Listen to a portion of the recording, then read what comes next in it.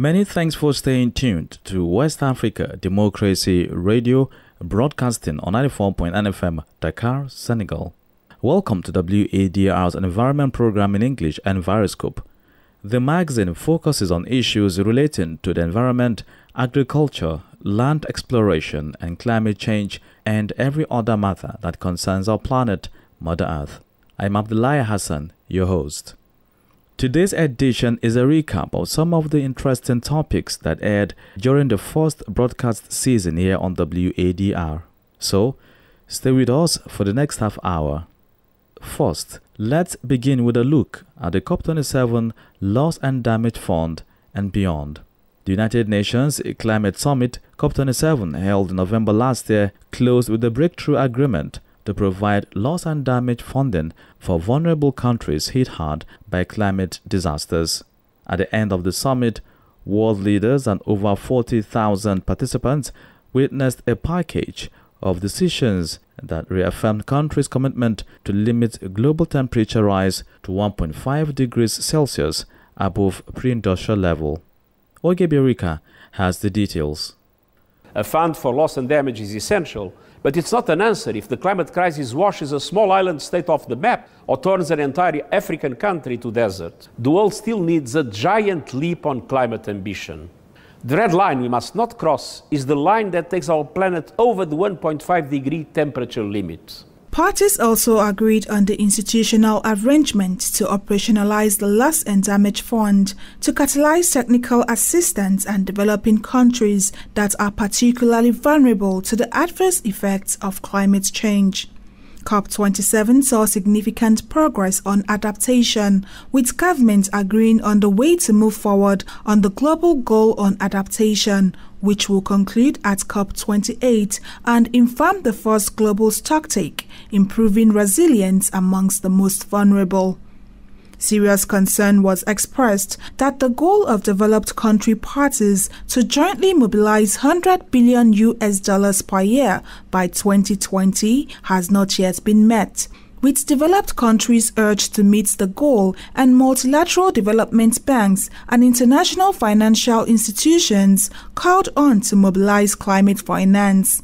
At COP27, deliberations continued on setting a new collective quantified goal on climate finance in 2024, taking into account the needs and priorities of developing countries. During the summit, the discussions highlighted solutions on themes including food security, vulnerable communities, and just transition to chart a path to overcome climate challenges and how to provide the finance, resources, and tools to effectively deliver climate action at scale.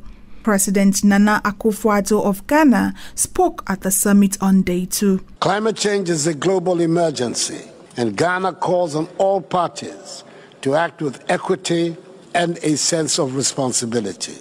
Africa, for her part, must commit herself to resolve the issues of climate change by implementing ambitious measures within her reach. With her vast land, Africa has the greatest potential to help decarbonize the world by absorbing carbon dioxide through regenerative agriculture that requires less fertilizers and reforestation with strong biodiversity content. COP27 brought together more than 45,000 participants to share ideas, solutions, and build partnerships and coalitions.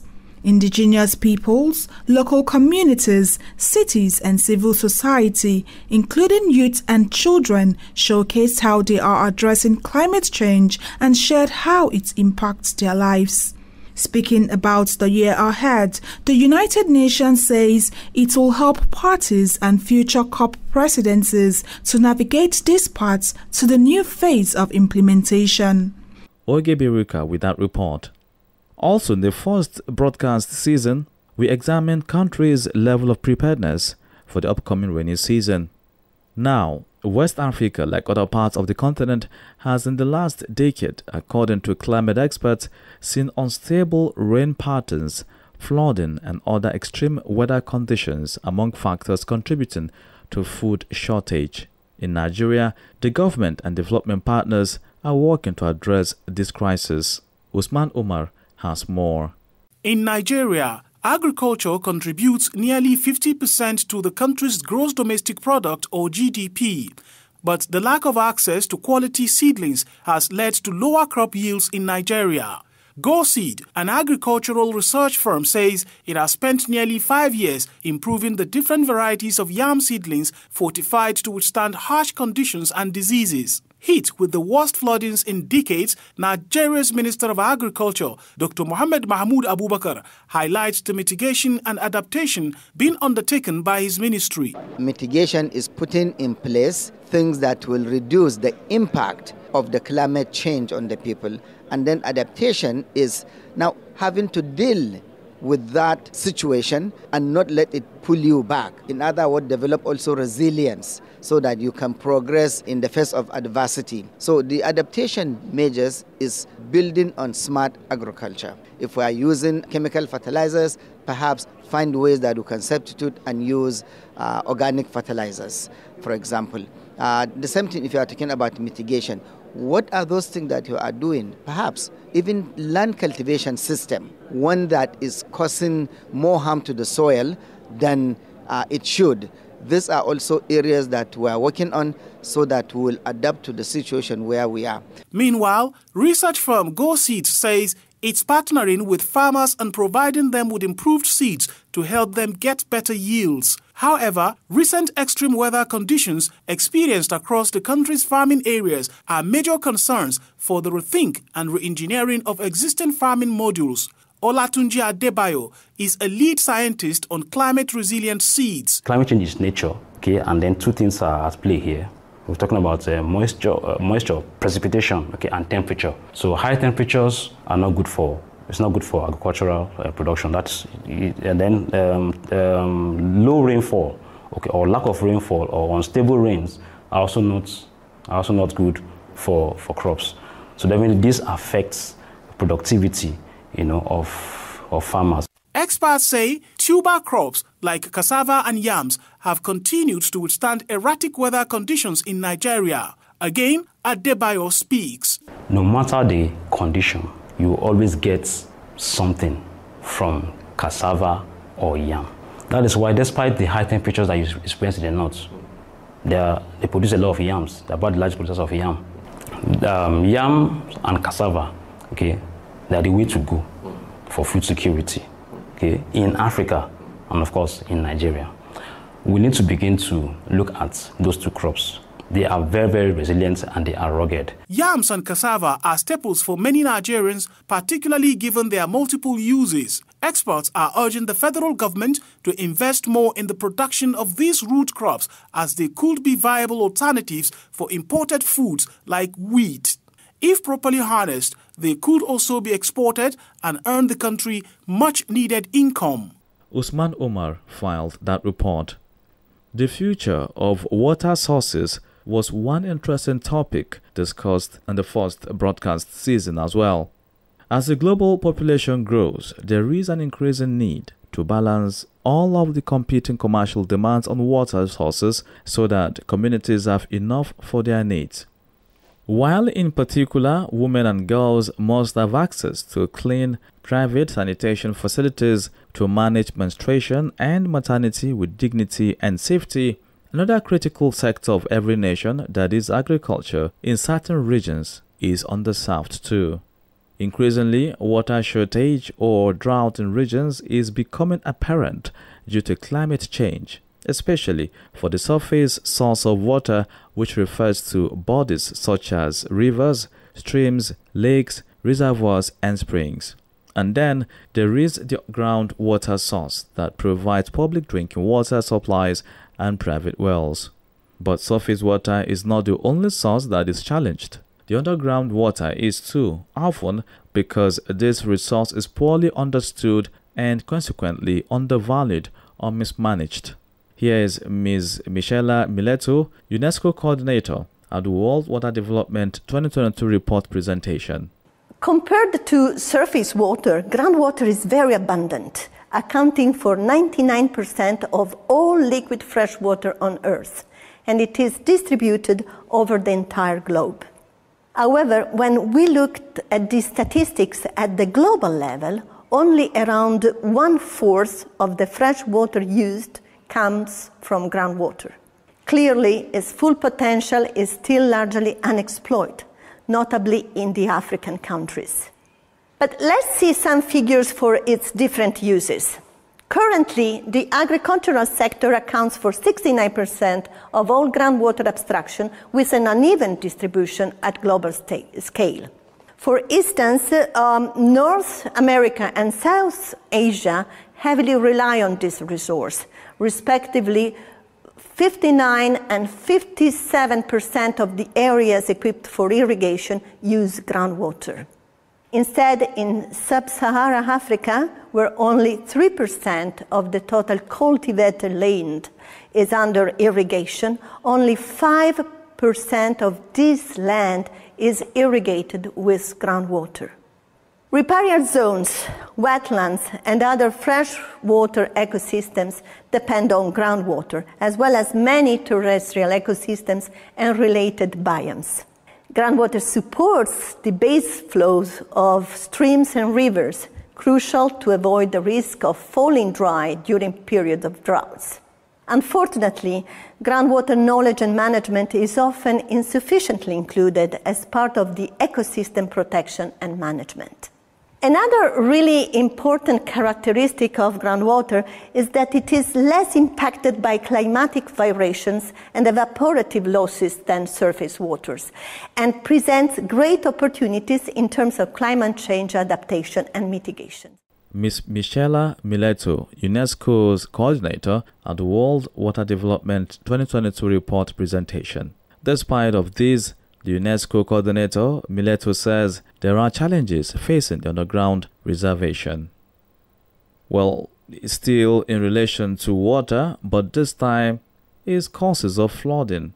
Now, regarding the floods in Nigeria, which affected more than 26 states of the Federation last year, an international team of scientists believe that the African giant and its surroundings may continue to experience this trend and may even worsen due to climate change. But are there other factors responsible for the devastating floods? Taufik Abdel Nasser tells us more. A team of researchers from the World Weather Attribution, WWA, a think tank that analyzes extreme weather events, found that above average rainfall in the region, human-induced climate change, poor water management, and human settlements situated close to flood plains had devastating consequences. According to the researchers, climate change made the event about 80 times more likely and approximately 20% more intense. The study found that the influence of climate change means the prolonged rain that led to the floods is no longer a rare event. The researchers based their findings on historical records of weather data and climate models, running comparisons from past and present to determine the impact of warming temperatures on weather patterns. Flooding was found to have been spurred on by the release of the Lago Dam in Cameroon, part of a river management system designed to work in tandem with a dam in Nigeria that is incomplete. Additionally, the impact of the floods was worsened by the close proximity of human settlements and farmland to flood plains, poor drainage systems, inadequate structures, as well as inappropriate town planning. The WWA analysis was conducted by a team of scientists from Nigeria, Cameroon, India, the Netherlands, France, Denmark, South Africa, Sweden, the United States, and the United Kingdom. The scientists called for more investment in weather stations to help better understand future studies while also helping communities better prepare for extreme weather events. That was Taufik Abdel Nasser. Well, as we wind down our recap on this edition of Enviroscope, renewable energy sources as a major global debate was highlighted, bringing on board experts to discuss the transition. Now, during our chat, Experts revealed that renewable energy solution is making an impact in the automotive industry, while for the first time in decades, the number of people without access to electricity is set to increase. The pandemic and the global energy crisis that followed are undermining efforts to ensure universal access to secure, affordable energy, especially in the developing world. While renewable energy seeks to protect our environment and the ozone layer, reduce carbon emissions, improve biodiversity, and save energy costs, climate change or global warming is at the forefront of the transition. Inga Anderson is the Executive Director of the United Nations Environment Programme, UNEP. It tells us, and we know that climate change is here now. It tells us that climate change is a real threat to human and planetary well-being. It tells us, of course, that these human and planetary well-being are one and the same. It tells us that we are very, very close to 1.5 degrees limit, and that even this limit is not safe for people and for planet. And it tells us that climate change is throwing its hardest punches at the most vulnerable communities who bear the least responsibility, as we just saw with Cyclone Freddy in Malawi, Mozambique, and Madagascar, and as we saw with flash floods in Turkey just recently, and which killed together hundreds of people. So we must turn down the heat. We must help vulnerable communities to adapt to those impacts of climate change that are already here. The synthesis report, which chimes with UNEP's own research, tells us that we already have the technology and the know-how to get the job done. Renewable energy instead of fossil fuels, energy efficiency, green transport, green urban infrastructure, halting deforestation, ecosystem restoration, sustainable food systems, including reduced food loss and waste. Investing in these areas and more besides will help to stabilize our climate, reduce nature and biodiversity loss and pollution and waste, the other two prongs of the triple planetary crisis. Deliver many other benefits from cleaner air and healthier nature to decent jobs and more equity. It is, frankly, the ultimate no-brainer. Ahead of us this year lie the UN Climate Action Summit in September in New York, and the first global stocktake under the Paris Agreement at COP28 in the UAE. These will undoubtedly be important moments to set the tone for action in the second half of this critical decade. We must move from climate procrastination to climate activation. Inga Anderson is the Executive Director of the United Nations Environment Programme, UNEP. If anything, keeping the world safe for humans, animals, plants, and other species is of paramount importance, hence the commemoration of the World Environment Day. On this year's occasion of the event, the UN Secretary General, Antonio Guterres, had a message. Take a listen.